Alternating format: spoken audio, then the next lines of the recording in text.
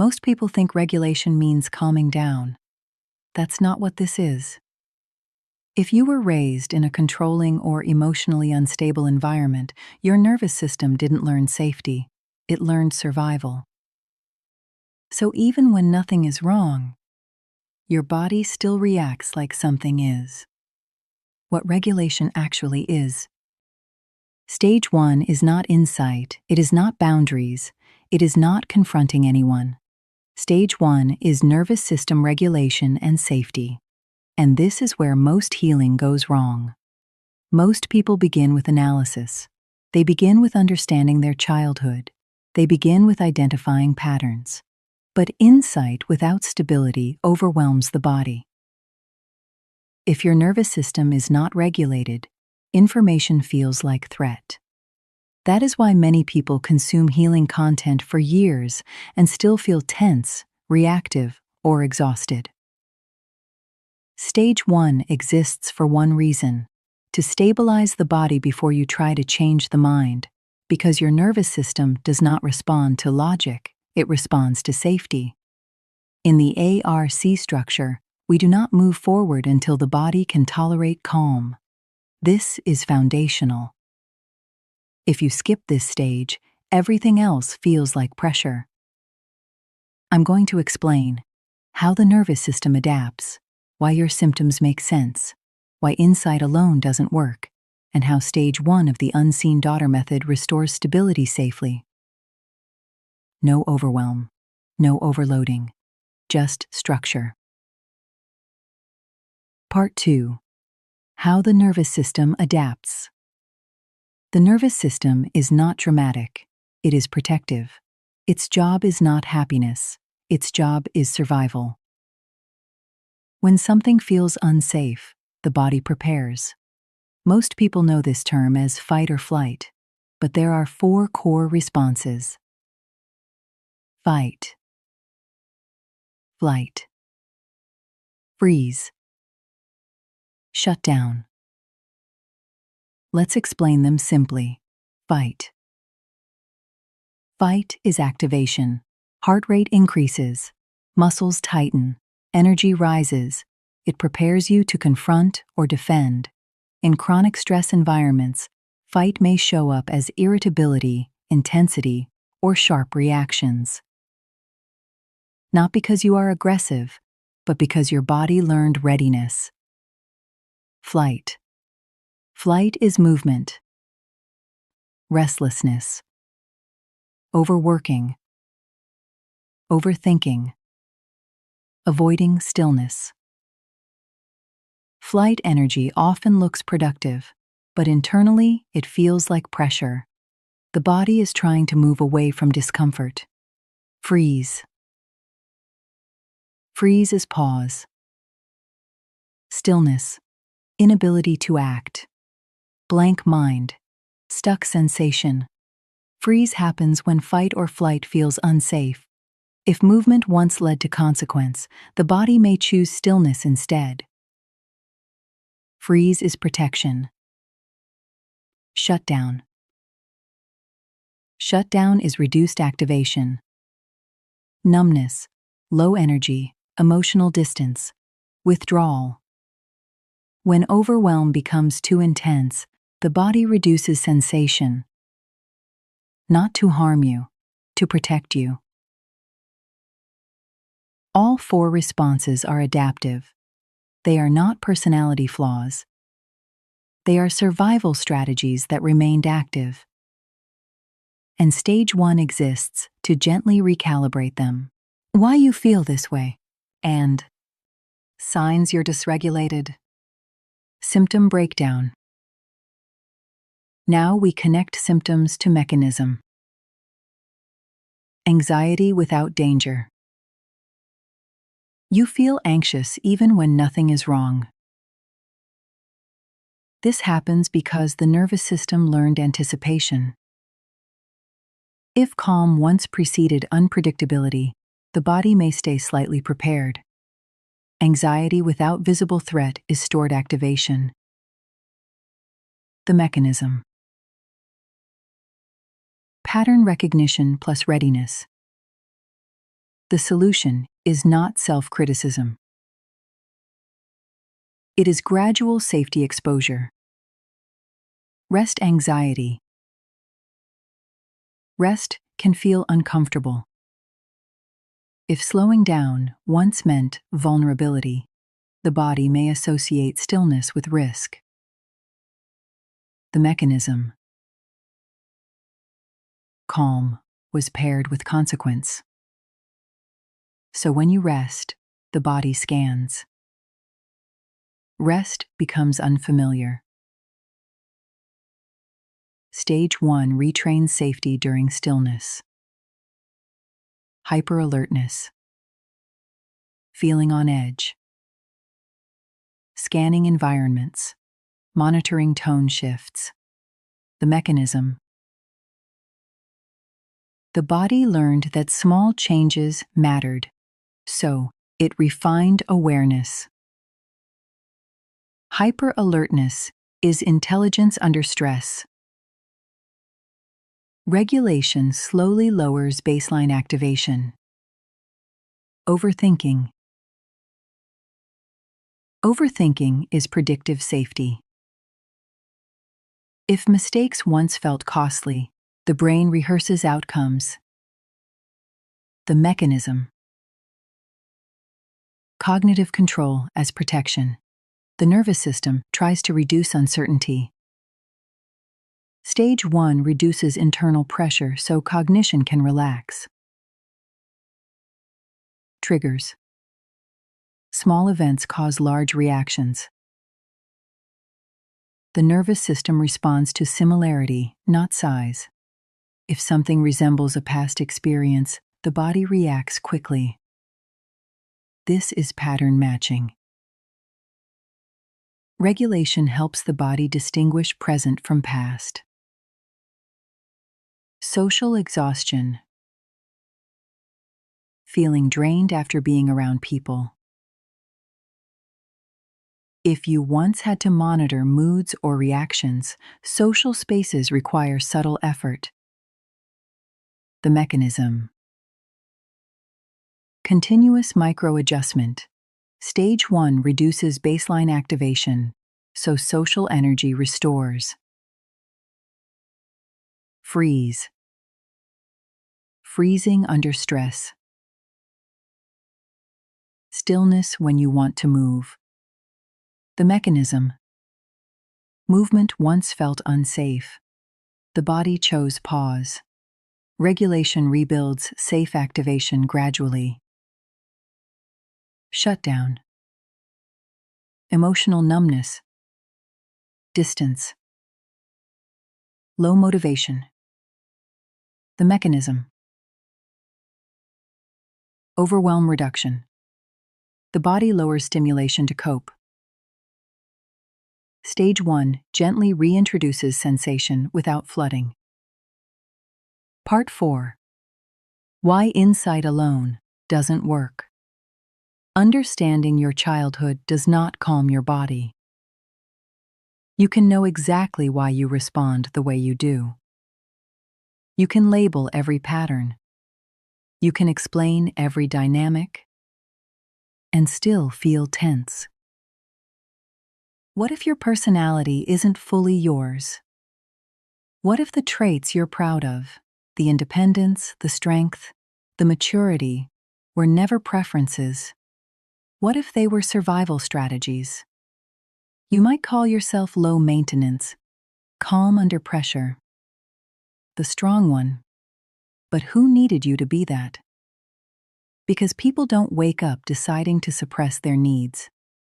They adapt to the emotional climate they're placed in, and adaptation repeated long enough becomes identity. So the real question isn't, who am I? It's, what did I have to become to stay safe? Section 1. How trauma becomes invisible. When people hear the word trauma, they imagine extremes.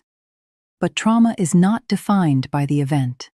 It is defined by what the nervous system had to do to survive it. If your home required emotional suppression, mood monitoring, performance, hyper-responsibility, silence, achievement. Your nervous system adapted. Let's imagine this started during childhood. Children do not evaluate environments, they conform to them. If anger was unsafe, you became calm. If needs were inconvenient, you became independent. If chaos was present, you became stable. And when that adaptation is rewarded, it solidifies. You are praised for coping with pressure. You are admired for maturity. You are valued for functionality. And the adaptation becomes identity. Section 2. The inherited emotional climate. You do not only inherit a family name, you inherit an emotional climate. Was your home anxious, controlled, quiet, volatile, achievement-driven, emotionally cold? Children internalize atmosphere before language. If tension lived in the walls, your nervous system learned to scan. If unpredictability was normal, hypervigilance became baseline. You may now describe yourself as observant, intuitive, sensitive, perceptive. But those traits may have originated from monitoring. Monitoring is not personality, it is adaptation. When repeated long enough, it feels natural. Section 3. The mature for your age. Myth. Being called mature for your age often feels like a compliment, but maturity in children is frequently stress adaptation. Children are not designed to regulate adults. They are not designed to stabilize systems. If you were the calm one, the mediator, the responsible sibling, the emotional container, you were not advanced. You were positioned, and the positioning required suppression. Suppression, repeated, becomes identity. Section 4. How survival masquerades as self. Let's break down common personality traits: hyperindependence, often attachment injury; people-pleasing, often threat avoidance; overachievement, often conditional approval survival; emotional numbness, often overwhelm management; strong boundaries with distance, often protection from enmeshment. You are not broken. You are patterned, and patterns feel like personality when they are never questioned. The nervous system prioritizes familiarity over safety. That is biological. So adulthood becomes repetition. You may unconsciously choose emotionally unavailable partners, high-pressure environments, roles that require overfunctioning, because that feels normal, not because it is healthy. Section 5. Why identity collapse can feel terrifying. When you begin healing, one of the first things that destabilizes is identity. You may think, if I am not the strong one, who am I? If I am not needed, who am I? If I am not achieving, who am I? This is not regression. It is differentiation. Your nervous system is recalibrating. Your performance layer begins to loosen, and underneath performance is unfamiliarity. That unfamiliarity can feel like emptiness, but it is actually space. Space where authorship can begin. Why nothing you tried works. Because knowledge does not override physiology. The nervous system updates through repetition, not reasoning. This is where many healing journeys stall. They stay in awareness, but awareness without regulation becomes reactivation. Stage 1 exists so insight can land safely later. We do not remove insight. We sequence it correctly. Safety first. Then identity. How to start regulation safely. Not dramatic exercises, simple repetition. Breath pacing. Slow exhale slightly longer than inhale. Not forced, just steady. Exhale communicates safety. Body anchoring. Notice contact points. Feet on floor, back against chair. Hands resting. Bring awareness to weight. This signals presence. Micro-regulation. Small pauses during the day. 10 seconds or more. Return to breath. Return to posture. Return to orientation.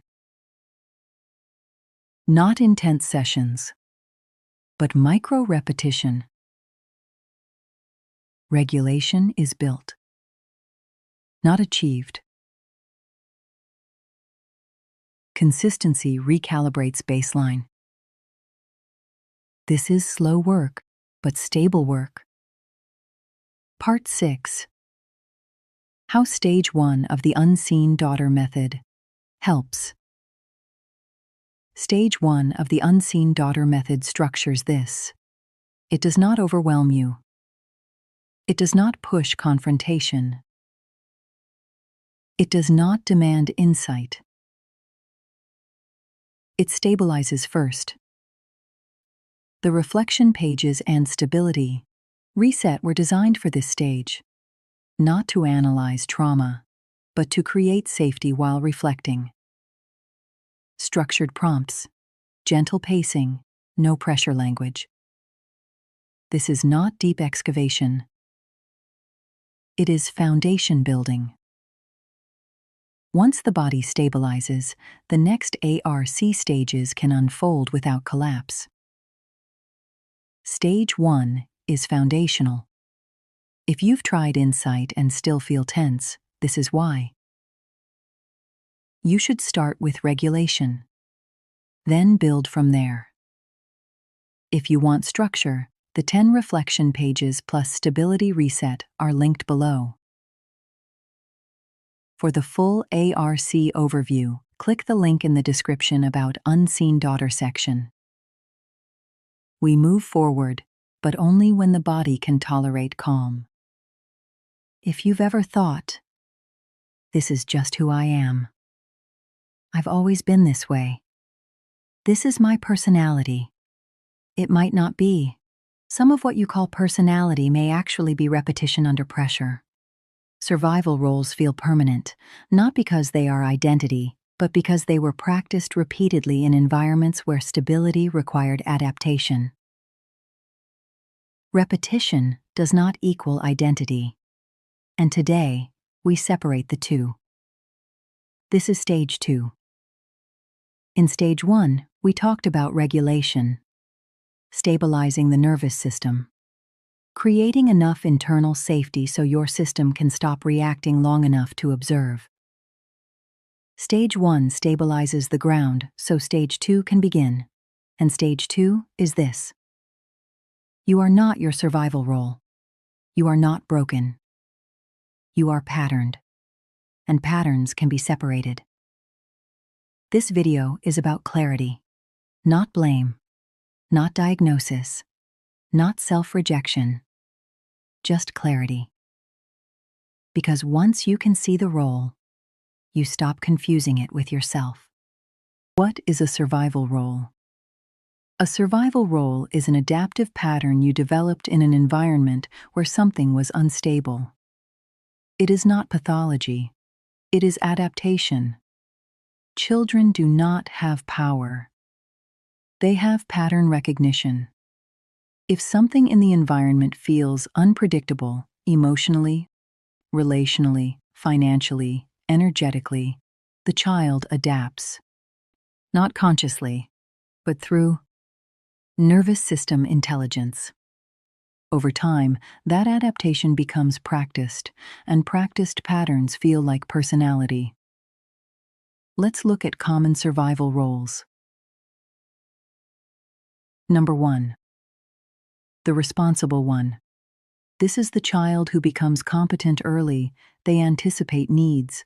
They manage emotions, not just theirs, but everyone else's. They become mature for their age. Why? Because responsibilities stabilize the environment. If I am dependable, things don't fall apart. The nervous system learns. Control reduces chaos. Over time, this becomes, I'm just someone who handles everything.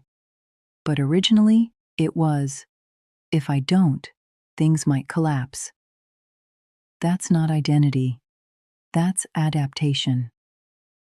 Number 2. The calm one. This is the emotionally steady child. They don't react. They don't escalate. They regulate themselves quickly, often praised as easy or low maintenance. But sometimes calm wasn't personality. It was containment. If emotions weren't safe in the environment, calm became protection. I will not add to the stress. I will not be the problem. Calm becomes fused with identity. But originally it was safety through minimization. Number 3. The overachiever. Achievement becomes stability. If I perform well, I receive approval. I avoid criticism. I secure belonging. Performance reduces unpredictability, so excellence becomes a shield. Later in life, this looks like, I'm ambitious. I just have high standards. I thrive under pressure. Maybe. Or maybe your nervous system equates achievement with safety. Adaptation is not equal to identity. Number 4. The invisible one. This child learned that visibility increased risk, so they shrink. They observe. They stay quiet. They avoid burdening anyone, not because they lack depth, but because invisibility reduced exposure. Later it feels like, I'm just introverted. I prefer being in the background. I don't like attention. Sometimes true, sometimes learned invisibility. Number 5. The peacemaker. This child detects tension instantly. They smooth conflict. They soften edges. They mediate. Why? Because conflict felt destabilizing. If harmony returns, safety returns. So they become relationally intelligent, but internally hypervigilant. Later. I hate conflict. I just want everyone to get along. I'm empathetic. Yes, and possibly. Your system learned that conflict equals threat. Pause here. None of these roles are flaws. They are intelligent. They worked. But working is not the same as being you. Section 2. How roles become identity. Here's how the fusion happens. Step 1. Repetition. Wires familiarity. Neural pathways strengthen through repetition. If you repeatedly respond the same way under stress, the brain automates it. Automation feels natural. Natural feels like personality, but it began as strategy. Step 2. Familiarity feels like self. The brain prefers what is predictable, even if it's limiting. So the role becomes comfortable, not because it's true, because it's known. And the nervous system confuses. Known equals safe. So stepping outside the role feels dangerous. Not because it is, but because it's unfamiliar. Step 3. Social reinforcement solidifies it. People reward consistency. You're always so strong. You're the calm one. You're the reliable one. You're the successful one. The environment mirrors the role back to you. And now it becomes identity socially. Breaking the role feels like betrayal, but it's actually differentiation. Remember this important reframe. You weren't choosing, you were stabilizing. Children do not sit down and construct personality frameworks. They adapt to survive instability. And if that adaptation works, it sticks. Until one day, you're 28, 35, 42, exhausted by a role you think is you. Section 3. The separation moment. This is stage 2.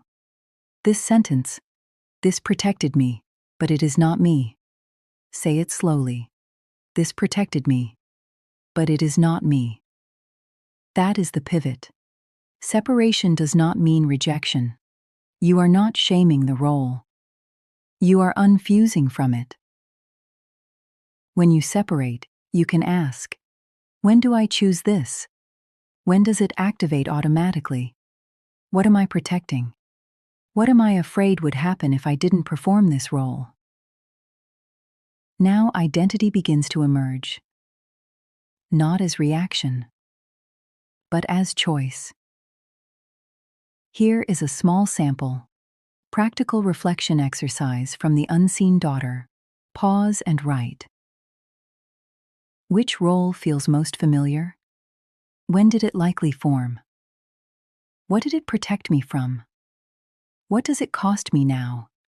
Who am I when the pressure is gone? Notice, identity clarity increases as pressure decreases. That's why stage 1 mattered. Regulation reduces threat perception. Reduced threat allows separation. Separation allows identity. You are not broken. You are patterned, and patterns can be separated. Survival roles are intelligent responses to instability, but they are not the full architecture of who you are. Stage 1 stabilized the ground. Stage 2 is differentiation, and this is only the beginning of it. In the next video, we go deeper into how these roles keep running through the nervous system, even when the original environment is gone. Because separation is awareness, but awareness alone doesn't change the loop. For now, just notice. Which role felt familiar? Where did it protect you? And where is it still running automatically? This channel isn't random awareness. It's structured, stage by stage. We're building clarity in layers, regulation, differentiation, and then structure. So if you want, conversation gave you language for something you felt but couldn't name. Clarity compounds, and this is where yours begins. If you want structure, the 10 reflection pages plus stability reset are linked below. For the full ARC overview, click the link in the description about Unseen Daughter section. We move forward, but only when the body can tolerate calm. Healing without identity clarity keeps you in maintenance mode. You're calmer. You react less. You regulate faster. But something still feels incomplete. Stage 1 stabilizes. Stage 2 separates. Stage 3 reconstructs. Most people stop at stage 1. That's why they feel stuck. They're no longer in crisis, but they're not fully themselves either. Today, we close that gap. This is the bridge from regulation to identity clarity. Stage 1 was about nervous system stabilization, learning to pause instead of react, ground instead of escalate, and stay present instead of dissociate. That matters. Without regulation, differentiation feels unsafe, but regulation is not identity. You can be calm and still performing a survival role. You can be regulated and still living inside adaptation. That's where stage 2 becomes essential. Because stage 2 is not about calming the system, it's about separating the pattern from the self. Why regulation alone feels incomplete. If you watched the previous video, you did some of the work. You learned breathing techniques. You reduced reactivity. So why does something still feel misaligned? Because the structure hasn't shifted. Regulation reduces chaos, but it does not automatically dismantle identity fusion. You can regulate inside the same survival role. The responsible one, who is just calmer. The peacemaker, who is just less anxious. The overachiever, who is just more self-aware. But still performing. That's maintenance mode. Maintenance mode feels like, I'm better, but not free. I'm stable, but not clear. I'm coping well, but I don't know who I am. That discomfort isn't failure. It's differentiation knocking. The important reframe. Regulation creates capacity, but capacity without clarity defaults back to familiarity. And familiarity is often your survival role. So even if you regulate, your system may still choose what's known. Because known feels safe. That's why identity clarity matters. The identity gap. When adaptation softens, something unexpected happens. You experience uncertainty. The role doesn't activate automatically. You pause. And in that pause, there's space. That space can feel disorienting, unfamiliar, unstable, because the role used to fill it. This is the identity gap. The identity gap is the space between who you adapted to be and who you are becoming. Most people misinterpret this gap. They think, I'm regressing. I feel lost. Something is wrong. Nothing is wrong. The role is loosening. And when the role loosens, the nervous system looks for structure. If you don't understand this phase, you will rush to fill it.